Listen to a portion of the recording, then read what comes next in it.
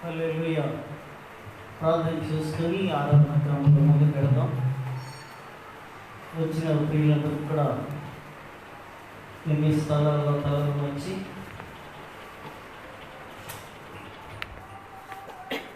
ప్రార్థనలు ఏకీభవించండి. ప్రార్థించుకుందాం.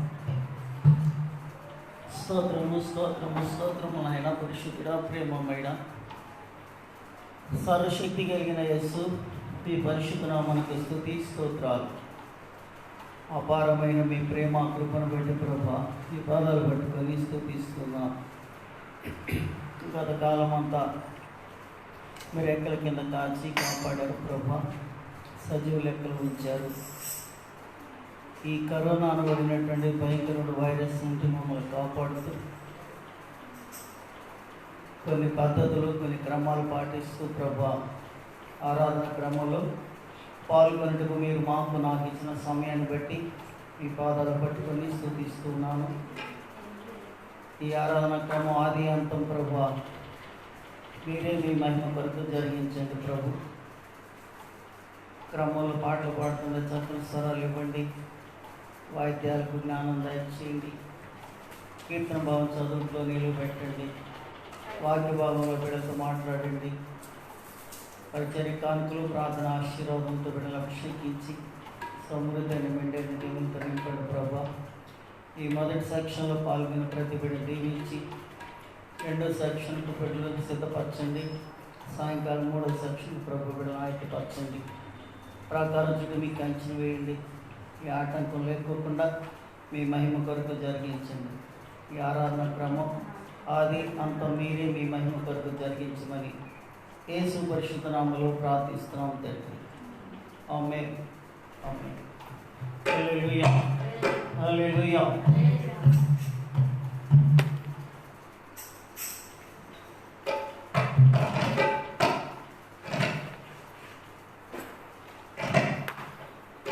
అందరం కలిసి సియోను కీర్తన పాటల పుస్తకంలో నుండి ప్రారంభ పాట, మొదటి పాట, దేవుని స్తుతించుడు అనేటువంటి పాట పాడుకుందాం. దేవుని స్తుతించుడి, ఎల్లప్పుడూ దేవుని స్తుతించుడి. దేవుని స్తుతించుడి, ఎల్లప్పుడూ దేవుని స్తుతించుడి.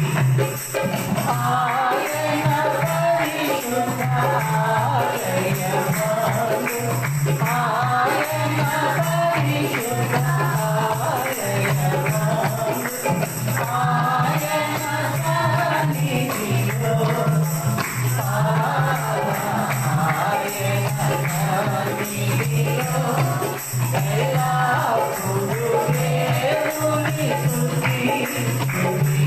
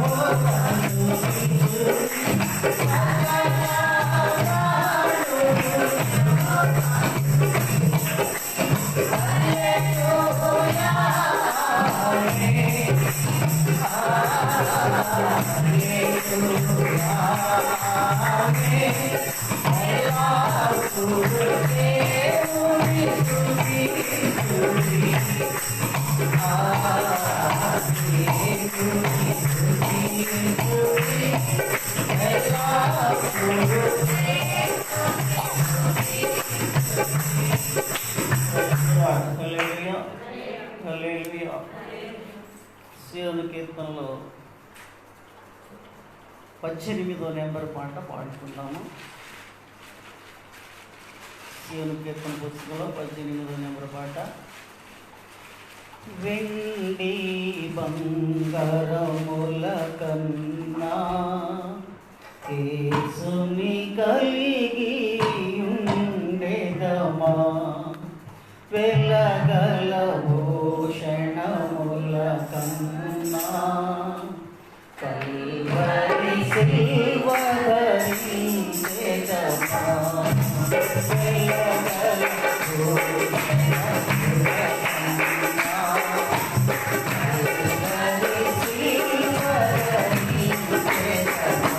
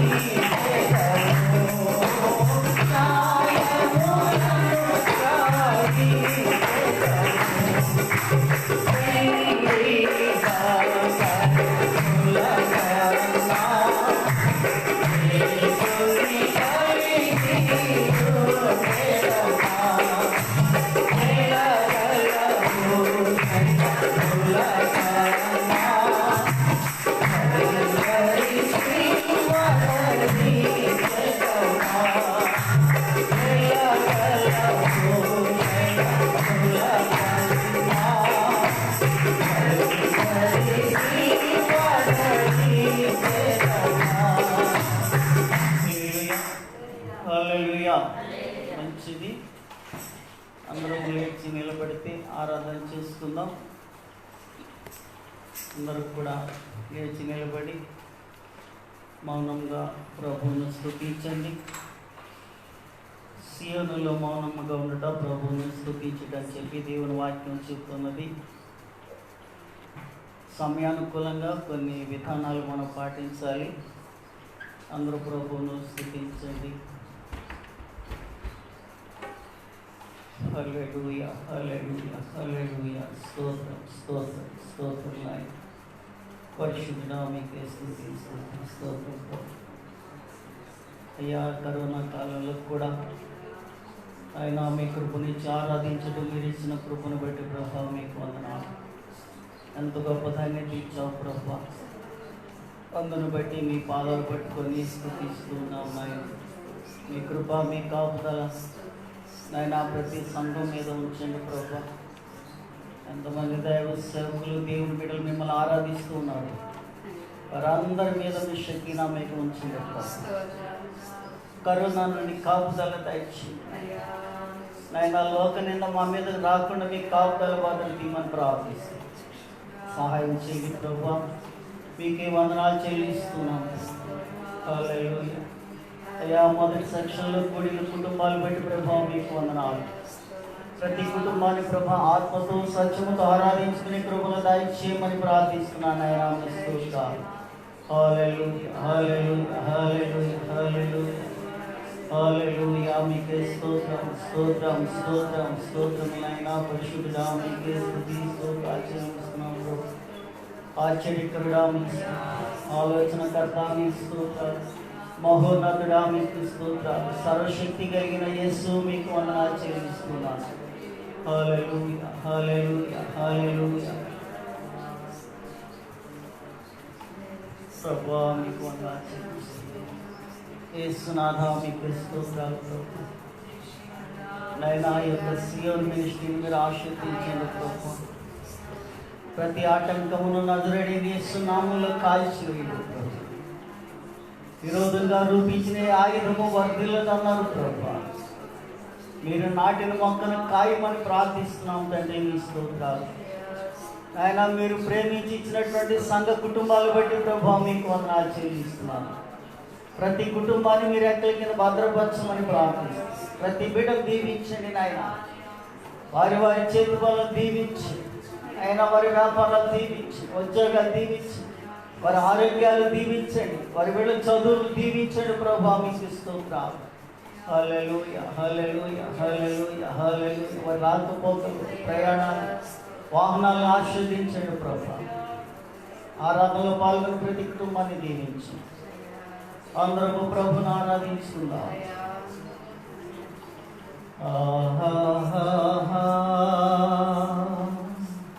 హల్లెలూయా,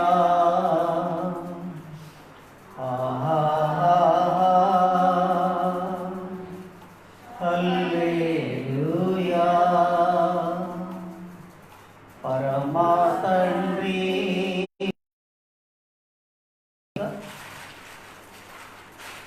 కూర్చుంటారా? సరే, కీర్తన భాగంలో 147వ కీర్తన 11వ వచనం నుండి నేను చదువుతాను. మీరు అట్లాగే కూర్చొని గమనించండి. 147వ కీర్తన భాగం ఈరోజు 11వ వచనం నుండి.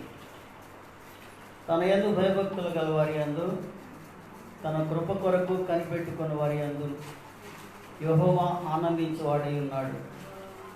యెరూషలేమా, యెహోవాను కొనియాడుము. సియోను, నీ దేవుని కొనియాడుము. ఆయన నీ గుమ్మముల గడియలు బలపరిచి ఉన్నాడు. నీ మధ్య నీ పిల్లలు ఆశీర్వదించి ఉన్నాడు. నీ సరిహద్దుల్లో సమాధానం కలుగజేయవాడు ఆయనే. మంచి గోధుమలతో నిన్ను తృప్తిపరచువాడు ఆయనే. భూమికి ఆజ్ఞించువాడు ఆయనే. ఆయన వాక్యము బహువేగముగా పరిగెత్తును. గొర్రెబొచ్చు వంటి హిమము కురిపించువాడు ఆయనే. బూడిద వంటి మంచి కడుములు చల్లువాడు ఆయనే. ముక్క ముక్కలుగా వడగండ్లు విసురువాడు ఆయనే. ఆయన పుట్టించు చలికి ఎవరు నిలువగలరు?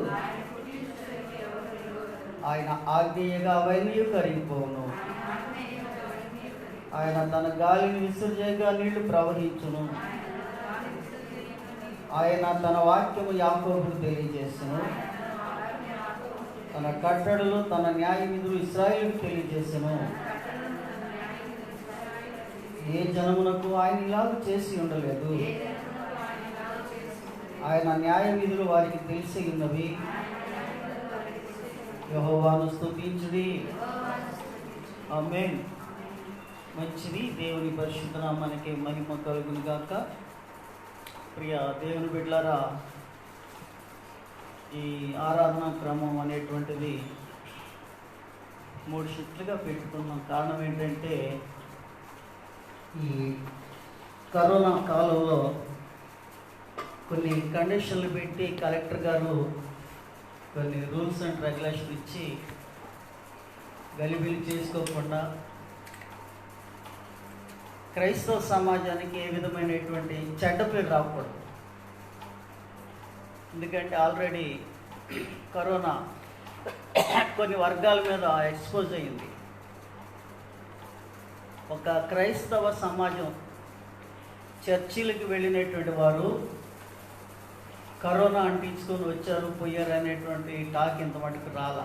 ఇది హాస్పిటల్కి వెళ్ళో లేకపోతే బస్ స్టాండ్కి వెళ్ళో కూరగాయలకి వెళ్ళి అట్లాగే తప్ప మందిరాలకు వెళ్ళి ఇట్లాగ జరిగింది అనేటువంటి బ్యాడ్ నేమ్ లేకోకుండా కొన్ని క్రమాలు దేవుడు మనకి ఇచ్చాడు. కలెక్టర్ గారి ద్వారా, ఈ health inspector, state health inspector గారి ద్వారా, ఎస్పీ గారి ద్వారా కొన్ని ఆర్డర్స్ వచ్చినాయి. గత వారమే వచ్చినాయి. నేను స్క్రోలింగ్ చూస్తేనేమో అనంతపురం డిస్టిక్లో 7-8 ఏరియాల్లో లాక్డౌన్ పెట్టారు రెడ్ జోన్గా. నెక్స్ట్ మంగళగిరి, బాపట్ల, చీరాల, ప్రకాశం జిల్లా, మరి ఒంగోలు ప్రాంతాల్లో కూడా ఫుల్ లాక్డౌన్ అంటున్నారు. అంటే పూర్తిగా మూసేయాలని అనుకుంటున్నారు.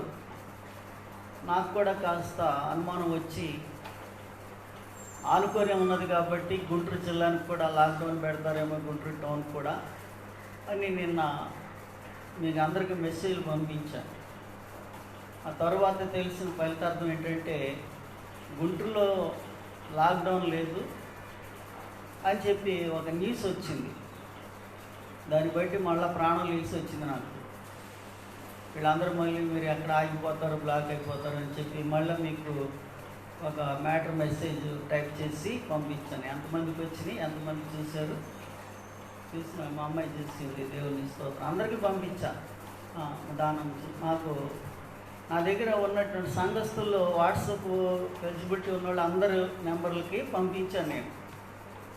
వాళ్ళందరూ చూశారు. బట్ ఏంటంటే ఈ క్రమాన్ని మనము చాలా చక్కగా పాటించాలి. అప్పుడు మనకేంటంటే దేవునికి అవమానం లేకుండా మన కార్యాలు కూడా మనం సులువుగా చేసుకోవచ్చు.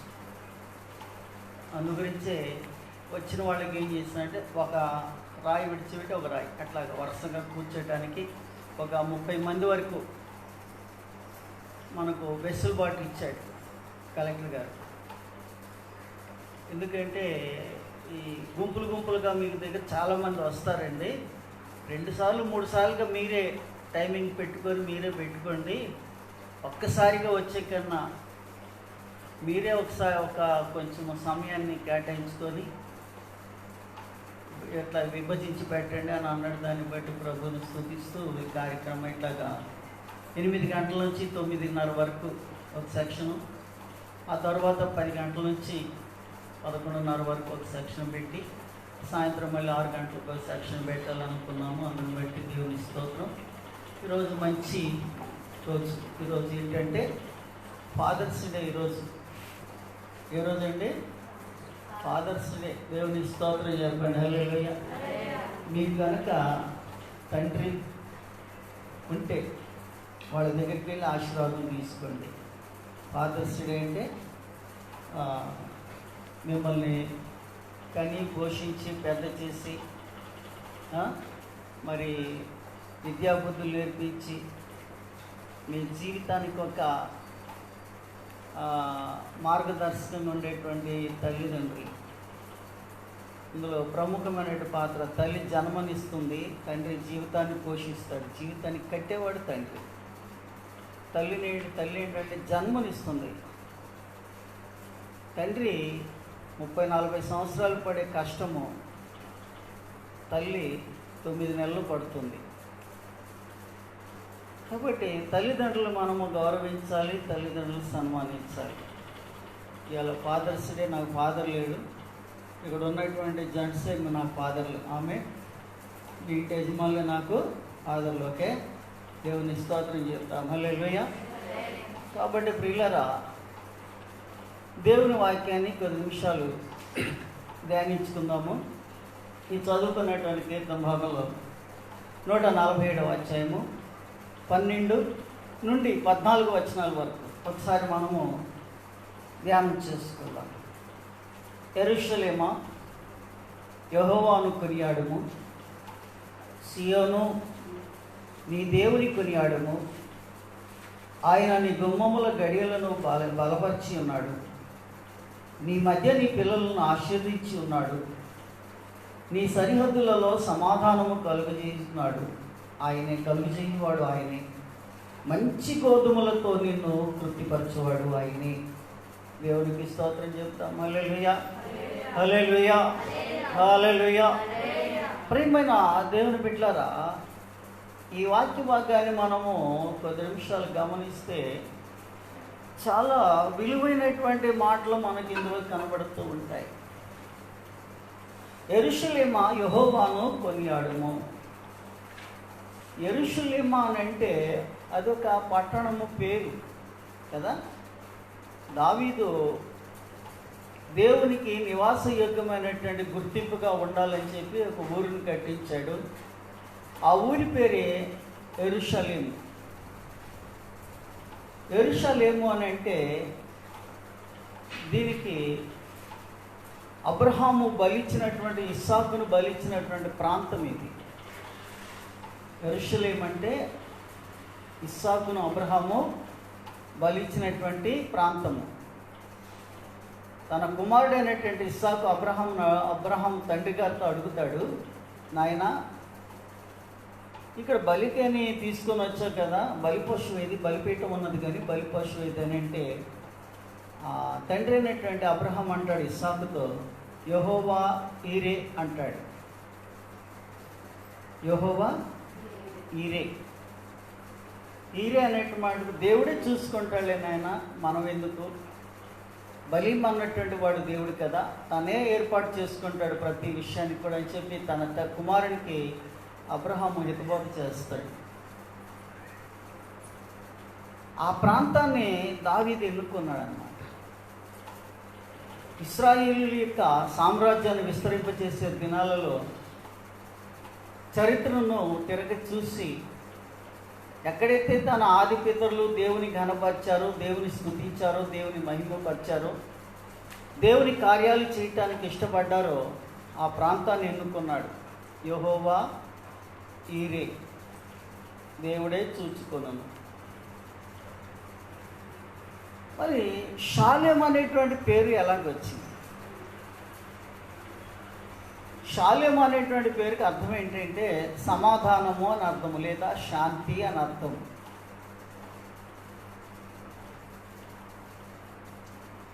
యెహోవా ఈరే, ఈరే ప్లస్ షాలోం కలిసి ఈరే ప్లస్ షాలోం, యెరూషలేం అని వస్తుంది.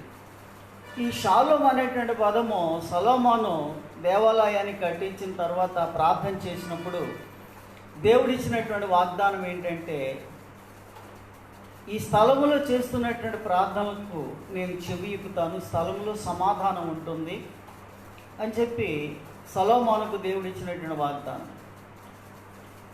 అబ్రహాము దేవుడే చూసుకుంటాడన్నాడు. తన మనవడైనటువంటి సొలొమోను మందిరాన్ని కట్టించిన తర్వాత దానికి యెరూషలేం అనేటువంటి పేరు పెట్టారు. అంటే దేవుడు చూసేటువంటి స్థలము, దేవుడు సమాధానం ఇచ్చేటువంటి స్థలము, దేవుడు ఆశీర్వదించేటువంటి స్థలము, దేవుడు ఘనపరిచేటువంటి స్థలము. అందుగురించి ఈ 11వ వచనం 2వ పాదంలో అంటాడు కదా, యెహోవా ఆనందించువాడై ఉన్నాడు, తన కృప కొరకు కనిపెట్టుకొని వాడి యందు యెహోవా ఆనందించువాడు అని అన్నాడు. అంటే మనము దేవాలయానికి వచ్చినప్పుడు, దేవుని సన్నిధిలో ఆరాధిస్తున్నప్పుడు ప్రియులరా, దేవుని యొక్క కృప కొరకు మనము కనిపెట్టవలసినటువంటి బాధ్యతను మనకు గుర్తు చేస్తూ ఉన్నాడు. దేవాలయానికి వెళుతున్నాము, ఆరాధిస్తున్నాం, ఓకే, మంచిదే. దేవాలయానికి రావడం తప్పు కాదు, ఆరాధించడం తప్పు కాదు. ఆయన కృప కొరకు, కృప అది శాశ్వత కాలం ఉండేటువంటిది అన్నమాట. దాని కొరకు మనము దేవాలయంలో దేవుని దగ్గర మనము గోజాడాలి. మనము దేవాలయానికి వచ్చినప్పుడు 99% మన వ్యక్తిగతమైనటువంటి పర్సనల్ బెనిఫిట్స్ అన్నమాట, వ్యక్తిగతమైనటువంటి లాభాల కొరకు మనం ప్రార్థిస్తూ ఉంటాము. మనకు తెలియకుండానే, మన ప్రమేయం లేకోకుండానే, మన యొక్క ఆలోచన లేకోకుండానే ప్రార్థన అంటూ ప్రారంభించామనుకోండి, మన వ్యక్తిగతమైనటువంటి అవసరాలు ఎక్కువగా ప్రార్థనలు ఉచ్చరిస్తూ ఉంటాం. బట్ ఏంటంటే ఆయన కృప కొరకు, ఆయన కృపను మనము వేడుకోవాలి. ఆ తర్వాత అవన్నీ కూడా మనకు దేవుడు అనుగ్రహిస్తాడు. హల్లెలూయా, హల్లెలూయా. కాబట్టి ప్రియులారా, యెరూషలేమా యెహోవాను కొనియాడము, సియోను నీ దేవుని కొనియాడు. కొనియాడటం అంటే ఘనపరచుట. కొనియాడటం అంటే, ఇప్పుడు చూడండి, చాలామంది కొనియాడటము అని అంటే స్తుతించుట అని అర్థము. ఒక పరిభాషలో బైబిల్ గ్రంథంలో ఉన్నటువంటి మాటను మనము పరిపూర్ణంగా చెప్పుకోవాలంటే, కొనియాడటం అని అంటే స్తుతించుట అని అర్థము. కాబట్టి ప్రియులారా, దేవుడు మనకు చేసినటువంటి ప్రతి విధమైన మేలుని బట్టి, ఉపకారాన్ని బట్టి ప్రభువును స్తుతించాలి. ఆయన కృప కొరకు మనము ఎదురు చూస్తూ ఉండాలి. కృపను గురించి మనం ప్రార్థన చేయాలి. ప్రభువా, నీ కృప, నీ సమాధానము మా మీద, మా బిడ్డల మీద, మా కుటుంబం మీద ఉంచండి ప్రభు అని చెప్పి మనం ప్రభు సన్నిధిలో ప్రార్థన చేయాలి. హల్లెలూయా, హల్లెలూయా. అట్లాగే ఈ 13వ వచనంలో అంటాడు, ఆయన నీ గుమ్మముల గడియలను బలపరిచి ఉన్నాడు, నీ మధ్య నీ పిల్లలను ఆశీర్వదించున్నాడు. నీ గుమ్మములు అని అన్నాడు. అంటే ఏంటో తెలుసా? నీ గుమ్మము అనే మాటకు అర్థం ఏంటంటే నీ హృదయము. నీ హృదయము. దేవుడు నిన్ను ఎందుకు ఆశీర్వదిస్తూ ఉన్నాడు, ఎందుకు దీవిస్తూ ఉన్నాడు? నిన్ను బలపరచడానికి, దీవించడానికి గల కారణం ఏమిటయ్యానంటే, నువ్వు దేవుని యందు నమ్మిక ఉంచినావు కనుక చాలా ఆశీర్వాదకరమైనటువంటి దీవులు మనకు దేవుడు అనుగ్రహిస్తూ ఉన్నాడు. అందు గురించి అంటాడు, ఆయన నీ గుమ్మముల గడియలను ఏం చేశాడంట? బలపరిచి ఉన్నాడు. గుమ్మముల గడియలు అంటే అర్థం ఏంటో తెలుసా? అడ్డగడియలు అంటే నీకు తెలుసా? పూర్వం ఉన్నటువంటి ఇళ్ళకి ఏమంటే తలుపు వేసేసి అడ్డగడియలు ఒకటి ఉండే ఇనప, ఇది బద్దెలతో ఏం చేసేవాడంటే గడి చేసి తలుపుకి అడ్డంగా వేసి తాళం వేసేసేవాడు లోపల. ఏంటంటే బయట నుంచి ఎవరైనా నెట్టుకొని రావడానికి తలుపులు వచ్చినా కానీ అడ్డగడియ ఆ తలుపును తీసుకోకుండా ఆపేస్తుంది. అంత పెద్ద తలుపుని, అంత పెద్ద దొంగ నెట్టుకొచ్చినా కానీ ఆ అడ్డంగా ఉన్నటువంటి గడి ఆపేస్తుంది. ఆ ఇంట్లో ఉన్నటువంటి వాళ్ళకి ఏ విధమైనటువంటి ఇబ్బందులు లేకోకుండా, ప్రమాదం లేకోకుండా, దొంగల భయం లేకుండా, ప్రాణహాని లేకుండా, వస్తు నష్టం లేకోకుండా కాపాడటానికి ఆ అడ్డగడియ అంత పనిచేస్తుంది. అలాగే మన ప్రభువైన యేసుక్రీస్తు వారు మనల్ని కూడా, శత్రువు అనేటువంటి వాడు మన మీదకు రాకోకుండా ఆయన మనకు అడ్డగడిలాగా ఉన్నాడు. ఆయన హల్లెలూయా, హల్లెలూయా. ఆ అడ్డగడియ వలె ఆ అడ్డగడీలు వేసి దానికి ఏం చేస్తారంటే తాళం బుర్ర ఒకటి వేస్తారు. తాళం వాళ్ళ దగ్గర పెట్టుకుంటారు, తాళం బుర్ర వేస్తారు. గడి ట్యాబ్ పడిద్ది, తీసి దాన్ని తగిలించి తాళం వేసేసి పడుకుంటారు, ప్రశాంతంగా పడుకుంటారు. ఆ అడ్డగడియ యేసు ప్రభు అయితే ఆ వేయబడినటువంటి తాళం చెవి నీ దగ్గర ఉండాలి. హల్లెలూయా. ఏ ఉండాలి నీ దగ్గర? ఆ అడ్డగడికి వేయబడినటువంటి తాళము చెవి నీ దగ్గర ఉండాలి. అది ప్రార్థన అనుభవము. తాళము చెవి అనగా ప్రార్థన శక్తి నీలో ఉండాలి.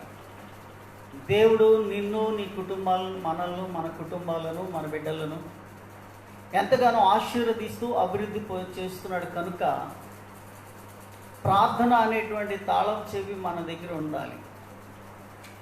పాల్ యాంగిచో గారు అదే అంటాడు. ఆయన తాళము చెవి అనేటువంటి ఒక పుస్తకం రాశాడు. ప్రియ దేవుని బిడ్డలారా, మన క్రైస్తవ విశ్వాస జీవితంలో ప్రభు సమ్ముఖంలో ఉన్నటువంటి మనకు అడ్డుగా ఉన్నటువంటి యేసు ప్రభు వారు మనల్ని కాపాడుతున్నాడు. కనుక మనం ప్రార్థన అనుభవాల్లో ఉండాలి. అంత మాత్రమే కాదు, ఆయన నీ పిల్లలను ఆశీర్వదించాడంట. నీ పిల్లలంటే ఎవరు? నీ గర్భవాసన పుట్టిన వాళ్ళే సంతానం అంటారు. నీ సంతానం, నీ పిల్లలంటే నీ వ్యాపారము, నీ ఉద్యోగము, నీ చేతి పనులు, నీ కష్టాచితము, నువ్వు చేస్తున్నటువంటి నీ కుటుంబ పోషణ కొరకు, నీ సంపాదన కొరకు, నీ భూలోకంలో విస్తారమైనటువంటి దేవుళ్ళు నింపుకొట్టు కొరకు దేవుడు ఇచ్చినటువంటిది నీ పిల్లలను ఆయన ఏం చేశాడంట? ఆశీర్వదించాడు. ఆయన నీ వ్యాపారాన్ని ఆశీర్వదించాడు, నీ ఆరోగ్యాన్ని ఆశీర్వదించాడు, నీ ఉద్యోగాన్ని ఆశీర్వదించాడు. రాకపోకలో, నడక పడకలో కాపుదాలు ఇచ్చి బిడ్డలను దేవుడు దీవించాడు. ఇన్ని ఆశీర్వాదకరమైనటువంటి దీవులను అనుగ్రహించినటువంటి దేవుడు. హల్లెలూయా, హల్లెలూయా. కాబట్టి ఇన్ని అనుగ్రహించి 14వ వచనంలో అంటాడు కదా, నీ సరిహద్దులలో సమాధానము కలుగజేయవాడు ఆయనే. ఏమిస్తున్నాడు ఏంటండి? ఇన్ని రకాలుగా ఆశీర్వదించి మన హృదయాలను కట్టి, మన వ్యాపారాలు దీవించి, మన ఉద్యోగాలు దీవించి, మన చేతి పనులు దీవించి, మన ఆరోగ్యాలను దీవించి, మనకిచ్చిన సంతానాన్ని దీవించి, మనకు కుటుంబాలకు తన కృప, తన కాపుదల, తన రక్షణనిచ్చి, ఇన్ని చేసి మనము మన జీవితాల్లో దేవుని పరిపూర్ణమైనటువంటి విశ్వాసంతో, పరిపూర్ణమైనటువంటి నమ్మకంతో ఉండాలి అనుకున్నప్పుడు ఆయన ఏమంటున్నాడంటే, నీ సరిహద్దులలో సమాధానము కలుగజేయవాడు ఆయనే. అంటే ఇన్ని పొందుతున్నా కానీ సమాధానము లేనటువంటి విశ్వాసములో ఉన్నట్టు కనబడుతుంది. అక్కడ సమాధానం ఇచ్చేవాడు, కలుగు చేయవాడు. సమాధానం ఏం చేస్తాడంటే ఆయన కలుగు చేయవాడు. అంటే మనకి ఇన్ని దీవెలు పొందినా కానీ మనకు సమాధానం లేదని అక్కడ ఇండైరెక్ట్గా చెప్తున్నాడు అన్నమాట. దేవుడు ఎంత ఆశీర్వదించినా సమాధానం లేదు. ఎన్ని మేళ్ళు పొందుకున్నా, ఎన్నిసార్లు దేవుడు తన కృపను చూపించినా సమాధానము లేనటువంటి జీవితాలు ప్రియులారా, దేవుడు చాలా బాధపడేటువంటి పరిస్థితి. తర్వాత ఏమన్నాడు? మంచి గోధుమలతో నిన్ను ఆయన తృప్తిపరుచుతున్నాడు. మంచి వాక్యము, మంచి గోధుమలతో అంటే మంచి సమాధానము లేనప్పుడు, శాంతి లేని అంత ఆశీర్వాదం ఉంటుందండి. దీవెనలు ఉంటే వ్యాపారాలు, ఉద్యోగాలు బాగానే డెవలప్మెంట్ ఉంటుంది. కానీ ఏముండదండి అక్కడ? సమాధానం ఉండదు. కొన్ని చోట్ల నెమ్మది ఉండదు. అన్నీ ఉన్నాయి, అలంకరించబడి అన్నీ ఉన్నాయి. కానీ అక్కడ యేసుప్రభు వారు ఒక ఉపమానం చెప్తా అంటాడు కదా, ఒక చోట ఒక దెయ్యాన్ని వెళ్ళగొడితే ఆ దెయ్యం వెళ్ళిపోయింది విడిచిపెట్టేసి. ఆ విడిచిపెట్టినటువంటి దెయ్యం తిరిగి మళ్ళా అనుకుందంటే, ఎక్కడ నాకు చోట్లేదు కదా, నా పాత ఇంటికి నేను వెళ్ళి చూద్దాను అనుకుందంట. చూద్దాం అనుకుని పాత ఇంటికి వచ్చేటప్పుడు ఆ ఇల్లు ఎట్లాగుందంటే, అది చక్కగా ఊడ్చి అమర్చి ఉంది. ఊడ్చారు, అమర్చి ఉంది, కానీ ఉండవలసినటువంటి ఆ స్థానంలో ఎవరు ఉండాలో వాళ్ళు లేరు. ఎంటీగా ఉంది, ఖాళీగా ఉందన్నమాట. చక్కగా అలంకరించింది, అన్నీ బాగున్నాయి. కానీ క్రీస్తును ప్రతిష్ఠించవలసినటువంటి స్థలములు క్రీస్తు కనబడలేదు. పోనీ ఇంకెవరైనా ఉన్నారంటే ఎవరూ లేరు. ఈ విడిచిపెట్టి వెళ్ళినటువంటి దయ్యం అనుకుందంట ఇది బాగా చక్కగా అమర్చబడి ఉంది, అలికి చక్కగా ఈ గృహం బాగుంది అంటే తనకంటే చెడ్డమైనటువంటి ఇంకొక 7 దెయ్యాలను తీసుకొచ్చిందంటండి. ఎన్నిటిని తెచ్చింది? తనకంటే చెడ్డవంట. నేనే గాలిలోని అంటే అడగోలోని తీసుకొచ్చాడు. అట్లాగా ఉంటుంది అన్నమాట. ఈ ఒక్కొక్క వ్యక్తి జీవితాలు ప్రియులరా, ఒక స్టెప్ దిగామనుకోండి, ఒక అడుగు కిందకి దిగిపోయామనుకోండి, మన జీవితాల్లో చాలా నష్టపోతూ ఉంటాం. క్రైస్తవ జీవితంలో ఎప్పుడు కూడా మెట్లు పైకి ఎక్కాలి కానీ కిందకి జారకూడదు. ఒక మెట్టు దిగిందంటే 100 అడుగులను అంధపాతాళానికి దిగిపోయినట్లే. సమాధానము కలిగి జీవించాలి. మనం సమాధానము కలుగజేయవాడు ఆయనే. నీకు లేదు, సమాధానం లేదండి, అడగండి, సమాధానం అడగండి. యేసన్న గారు ఒక ఉపమానం చెప్పేవాడు. మంచి ఎండాకాలం అంట, మధ్యాహ్నం పూట ఒక ఇంట్లో షెల్టర్ ఇచ్చారు, కింద ఐస్ ఫ్రూట్ బండి వెళ్తుందంట. ఐస్ ఫ్రూట్ బండిని చూసి ఐస్ కొనుక్కున్నాను ఒక చిన్న పిల్లోని పంపించాడు. మరి బాబు ఇట్రారా, ఐస్ బండి వెళ్తుంది, ఒక ఐస్ నువ్వు కొనుక్కో, ఒక ఐస్ నాకు తీసుకురామని చెప్పి డబ్బులు ఇచ్చి పంపించాడంట. ఈయనకు నచ్చిన ఐస్ ఏమో ఈయన కొన్నాడు, చెప్పాడు. వాడికి నచ్చిన ఐస్ వాడు కొనుక్కున్నాడు. అక్కడ దిగి లోనికి వచ్చి మెట్లు ఎక్కి వచ్చేటప్పటికి ఏ సన్న తెమ్మన్న ఐస్ ఎట్లా ఉంటుంది అది చీకాడంట, నా ఐస్ ఎట్లా ఉంటుంది ఇది చీకాడంట. మెట్లు ఎక్కి వచ్చేటప్పుడు అది చీకి ఇది చీకి అంతా చీకి మళ్ళీ పైన పేపర్ చుట్టుకొని పైకి వచ్చాడంట. ఏ సన్న దగ్గర తీసుకొచ్చి, అయ్యగారు ఇది కూడా మీరు చెప్పిన ఐస్ అన్నాడు. ఆయన కాగితం ఇప్పి చూస్తే అంత చీకేస్తుంది. ఏరా ఐస్ ఏంట్రా ఇట్లా చీకేస్తుంది ఏంటంటే, అమ్మో నేను చీకలేదు అని అన్నాడు. కాదు చీకుంది, నిజం చెప్పరా, నువ్వు తిన్నావంటే వాడు కింద పడి గిలగిల కొట్టుకుంటున్నాడంట. అరుస్తా బే బే బే నేనేం చేయలేదు.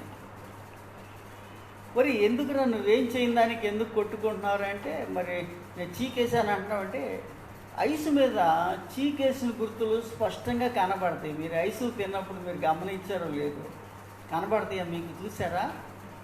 పుల్ల ఐసులు తిని చూడండి, వాటి మీద చీకేసిన గుర్తులు చక్కగా కనబడతాయి.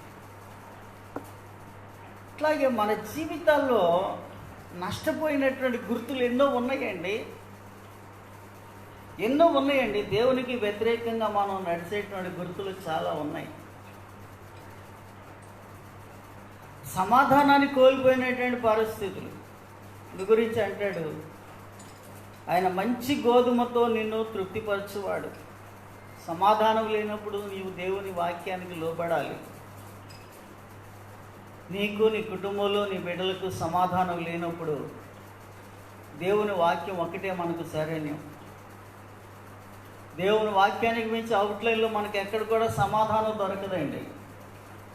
దేవుని వాక్యం ద్వారానే మనకు తృప్తి కలుగుతుంది.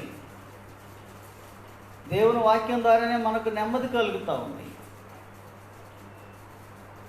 దేవుని వాక్యానికి అవుట్లైన్లో బ్రతికే వాళ్ళకి సమాధానం ఉండదండి.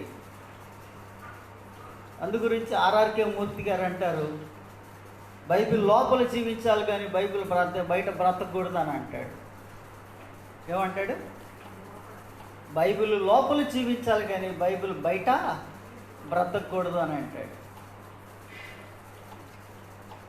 మూర్తి గారు ఒకసారి అట్లాగే నేను, విశ్వప్రకాష్ గారు అందరూ పోయి కూర్చొని, అయ్యగారు ఏంటి దీని మీనింగ్ అంటే, బైబిల్ లోపల అంటే చేప నీళ్ళలోనే బ్రతుకుద్ది కానీ బయటకు వస్తే చచ్చిపోతుంది. సేవకు వచ్చిన కొత్తలో కొన్ని విషయాలు అడిగి నేర్చుకునేవాడిని. బయటకే పైస్తే గట్టు మీద పెడితే చేప గిలగిలగిలు కొట్టుకొని చచ్చిపోతుంది. నీళ్ళలో ఉంటే అది ఎంతకాలమైనా బ్రతుకుతుంది. అట్లాగే క్రైస్తవత్వం తన జీవితాన్ని సార్థకం చేసుకోవాలంటే బైబిల్ వాక్యంలోనే ఉండాలి కానీ బైబిల్ వాక్యాన్ని విడిచిపెట్టి బయట మనం జీవిస్తే ఏ విధమైన ప్రయోజనం ఉండదని అన్నాడు. ప్రియ దేవుని బిడ్డలారా, విశ్వాస జీవితంలో మనం గమనించినట్లయితే దేవుని వాక్యాన్ని అనేకమైనటువంటి విషయాల్లో మనం చూస్తే దేవుని కృపలో దేవుడు మనకు సమాధానాన్ని, తృప్తిని కలుగజేసేటువంటి దేవుడు. అందుగురించే యెరూషలేమా యెహోవాను కొనియాడు. ఏం చేయమంటున్నాడండి? యెరూషలేమా యెహోవాను కొనియాడు. నీకు సమాధానాన్ని కలుగు చేసేవాడు, నీకు తృప్తిని ఇచ్చేటువంటి వాడు, నిన్ను ఆశీర్వదించేటువంటి వాడు, నీ గుమ్మాలు బలపరిచేటువంటి వాడు, నీ బిడ్డలు, నీ చేతుల వ్యాపారాలు, నీ ఆరోగ్యాన్ని దీవించేటువంటి వాడు దేవుడు ప్రభువైన యేసుక్రీస్తు వారు. కాబట్టి ప్రియ దేవుని బిడ్డలారా, ఒక మాట నేను మీకు జ్ఞాపకం చేస్తాను. రూతు గ్రంథం 2వ అధ్యాయం, రూతు గ్రంథము 2వ అధ్యాయము 14వ వచనం చదువుతాం.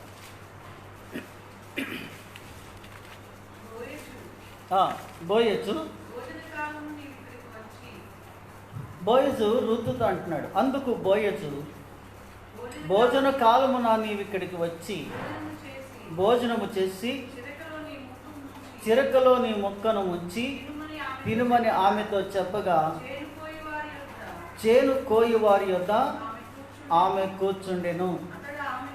అతడు ఆమెకు పేలాలు అందియగా ఆమె తిని తృప్తి పొంది కొన్ని మిగిల్చెను. చూడండి, ఇక్కడ రూత్ యొక్క క్యారెక్టర్ ఎంత దీన స్థితిలో ఉన్నా, ఎంత పేదరికంలో ఉన్నా, బోయజు తన మీద కరుణా కటాక్షం కలిగినప్పుడు తను ఏం చేశాడంటే కొన్ని పేలాలు ఇచ్చాడండి. తను తింటున్నటువంటి భోజనము రూత్కి ఇస్తే ఆ రూత్ ఏం చేసింది? అన్నీ తినలేదండి. 18వ వచనం చదవండి. 18. ఆమె వాటిని ఎత్తుకొని ఊరిలోనికి వచ్చినప్పుడు ఆమె అత్త ఆమెను ఏరుకొనిన వాటిని చూచెను. ఆమె తిని తృప్తి పొందిన తరువాత తాను మిగిలించిన దాన్ని చూపించి ఆమెకి ఇచ్చాను. ఇద్దరు ఒక డిఫరెంట్ యాంగిల్, ఇద్దరిలో ఒక ప్రత్యేకమైనటువంటి కోణం. రూతు తిని అన్ని పేలాలు పెట్టాడు అనుకోండి, ఇన్ని తిన్నది తృప్తి పడింది, బస్ చాలు. ఇంటికాడ నా కోసం ఎదురు చూసేటువంటి ఒక వ్యక్తి ఉన్నది, మా అత్తగారు ఒక ఆమె ఉన్నది, నా కొరకు ఎదురు చూసేటువంటి ఆమె కొరకు అన్ని తీసుకొని వెళ్ళింది. ఇంటికాడ ఉన్నటువంటి అత్తగారు రూతు రాగానే రూతు దగ్గర ఏం చూస్తుంది? ఆమె ఏరిన కంకులు చూస్తుంది, పనలు ఏరుకొచ్చినటువంటి కంకులు చూస్తుంది. ఎన్ని ఏరిందో, ఇలా ఎంత పంట ఏరుకొని వచ్చిందో, ఎంత పన ఏరుకొని వచ్చిందో అని ఆమె పనను చూస్తుంది. కానీ రూతు తన అత్తగారికి తిని తృప్తిపరిచిన మిగిల్చినటువంటి ఆ పేలాలు ఆమెకు చూపించింది. ఇది కాదు అత్త, ఈ పనే ఉంది, ఈ పన రేపైనా ఏరుకోవచ్చు, కానీ ఇవాళ నువ్వు తిను తృప్తిగా. హల్లెలూయా, హల్లెలూయా. ఎంత ఫ్యామిలీ డ్రామా ఉంటుందండి ఈ రూతు గ్రంథం. మనం కానీ చదివితే ఒక కుటుంబం అనేటువంటిది ఈ ప్రేమలో మనకు కనబడుతుంది. దేవుని యొక్క కృప, దేవుని ఆశీర్వాదము, దేవుని యొక్క నిత్య జీవం ఇందులో మనం చాలా బాగా స్పష్టంగా చూడగలుగుతాం. అత్తా కోడల మధ్య ఉన్నటువంటి అనుబంధాన్ని ఎంత అద్భుతంగా పరిశుద్ధాత్మ దేవుడు దీంట్లో మెన్షన్ చేశాడో బాగా గమనించాలి. నాకు ఈ మాట చదివినప్పుడు నిన్న ఒక లేటెస్ట్గా అనిపించింది, కొత్తగా అనిపించింది. చాలాసార్లు చదువుతానే ఉంటా. రూతు రాగానే అత్తేమో కంకుల వైపు చూస్తుంది, ఏరుకొనిన వాటిని చూచాను. ఏం చూసిందంటే అత్తగారు ఏరుకొని ఇలా ఎంతవరకు ఏరిందా, ఎంత ఏరిందా, ఇవాళ మా కోడలు ఎంత సంపాదన తెచ్చిందా అనే అత్తలు ఉన్నారండి. మా సంపాదన కాదు కానీ అత్త నువ్వు కాస్త తృప్తి పడు అనేటువంటి ఆహారం పెట్టేటువంటి కోడళ్ళు ఉన్నారు. వాళ్ళే అత్తా కోడలు అనే కన్నా అమ్మ కూతురు అనుకోవచ్చు. హల్లెలూయా. అది క్రైస్తవ అనుభవం. దేవుడు మనకిచ్చినటువంటి సమాధాన బంధం.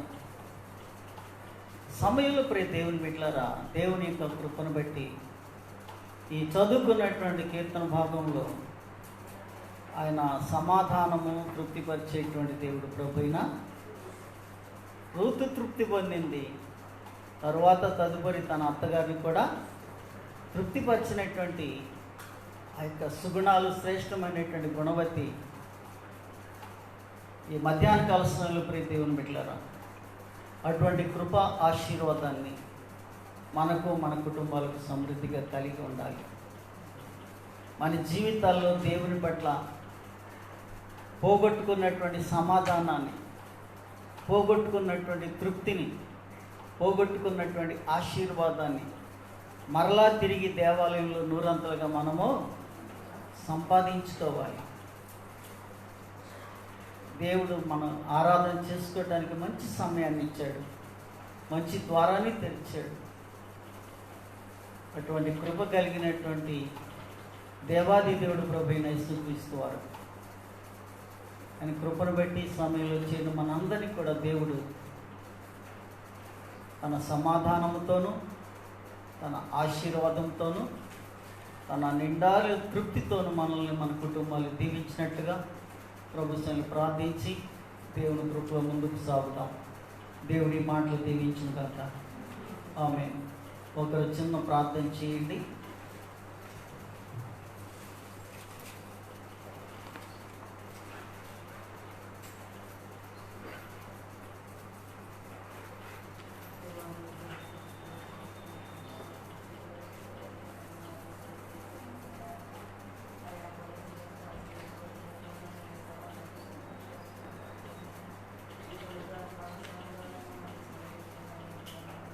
స్తోత్రం.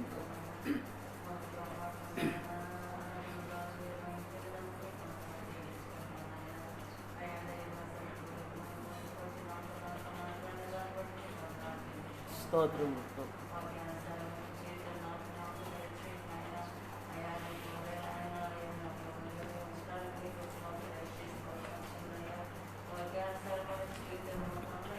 అవును నాయన.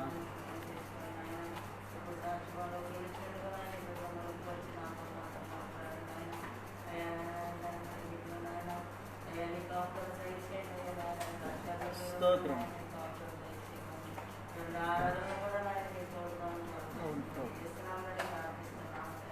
ఆమేన్. ఆమేన్. అరే సాక్షాత్ చెప్పేటోళ్ళు ఉన్నారా? ఏదైనా దేవుడు చేసిన మేలు ఉంటే ఎవరన్నా ఒకరిద్దరు సాక్షాత్ చెప్తే ఒక నిమిషం ఎక్కువ సమయం ముగించేద్దాం. ఒక సాక్ష్యం చెప్పేటోళ్ళు ఉంటే చెప్పండి.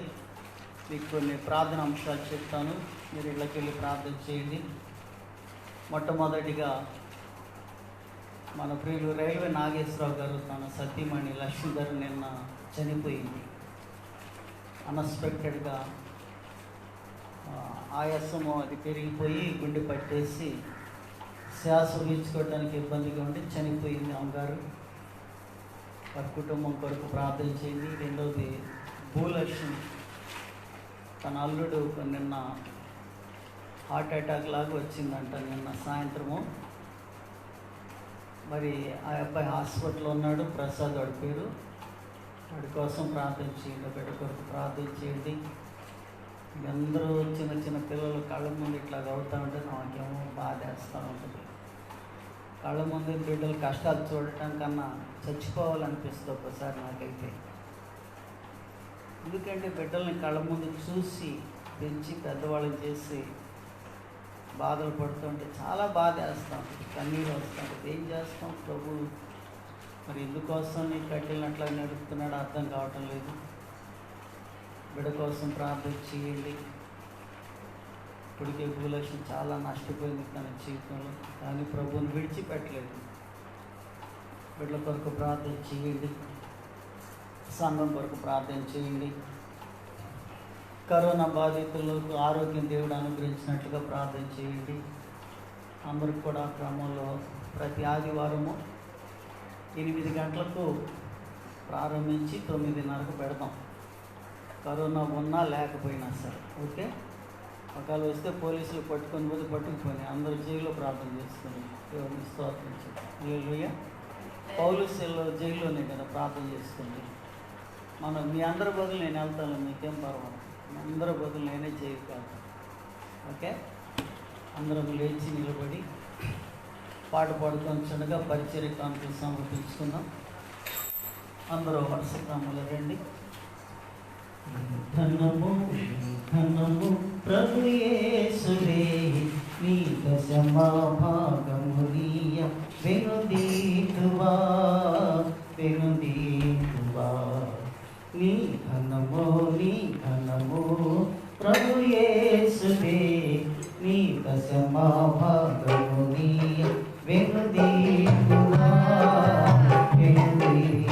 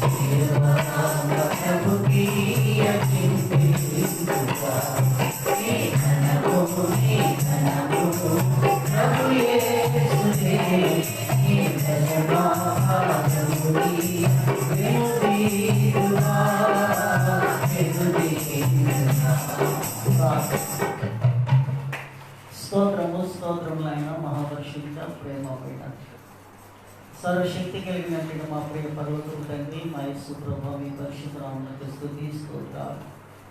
అపారమైన మీ ప్రేమ కృపను బట్టి మీ పాదాలు పట్టుకొని స్తుతిస్తున్నాం ప్రభా. గత కాలం అంతా కాచి కాపాడి సజీవులకు ఉంచారు. ఈ కరోనా కాలం నుండి మమ్మల్ని కాపాడి మిమ్మల్ని ఆరాధించడానికి, స్తుతించి ఘనపరచుకోవడానికి మీరు ఇచ్చిన కృపను బట్టి, సమయాన్ని బట్టి ప్రభా మీకు ఈ వందనాలు స్తుతులు స్తోత్రాలు చెల్లిస్తున్నాం. సమయంలో ప్రభు కూడి ఉన్నటువంటి సంఘాన్ని, సంఘ బిడ్డల్ని, సంఘ కుటుంబాలని పేరు పేరున దీవించి ఆశీర్వదించింది నాయన. ప్రభుత్వ వారి ఉత్తర్వుల ప్రకారము కొద్ది మందిగా మేము కూడుకొని మిమ్మల్ని ఆరాధిస్తున్నాము. ఈ విధమైన ఆరాధన ప్రతి స్థలంలో జరుగుతున్న వాటన్నిటిని మీరు ఆశీర్వదించండి, దీవించండి. ప్రతి దైవ సేవకుడు ఒక పద్ధతి, ఒక క్రమం పాటించి ప్రభా మీ నామాన్ని ఘనపరచుకునే కృపను దయచేయండి. ప్రతి ఆటంకాన్ని తొలగించండి ప్రభా. సంఘ యవనస్తులు, కన్యకలు, స్త్రీ పురుషులు, వృద్ధులు, బాలికలు, చీలికలు, చెడుగులు, రోగులు, బలహీనులు నాయన బిడ్డలను ఆశీర్వదించండి. వారి చేతి పలు వ్యాపార ఉద్యోగాలు, ప్రయాణ వాహనాలు దీవించండి. మరి కుటుంబాల్లో సమాధానం, ఆ కుటుంబాల ఆశీర్వాదము, కుటుంబాల్లో తృప్తిని దయచేసి దీవించండి. ఈ ఆరాధన క్రమంలో ప్రభు ఆది అంతా మీరే మీ మహిమ కొరకు జరిగించారు. నాయకులు వరుసతి మన ప్రభు నేను మరణించండి. నేను వారి కుటుంబానికి నెమ్మది దయచేయండి. ప్రసాద్ కొరకు ప్రార్థిస్తున్నాం. బిడ్డ గుండెలు నట్టండి ప్రభా. ఆరోగ్యాన్ని దయచేయండి, శక్తిని బలాన్ని దయచేయండి ప్రభా.